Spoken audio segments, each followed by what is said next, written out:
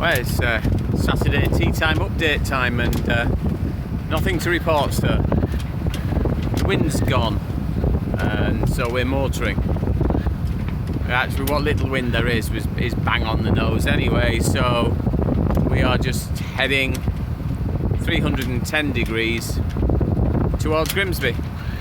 Just to our starboard side, I don't know if you can see, that is Sheringham Shoal Wind Farm and the Cardinal there. So I'm amazed at how well they managed to align all of those wind motors.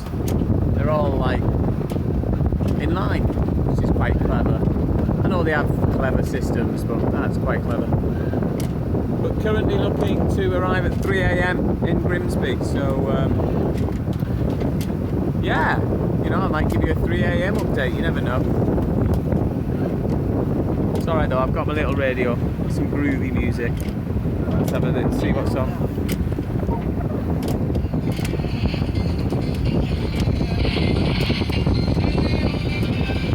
Yeah, no idea what that is.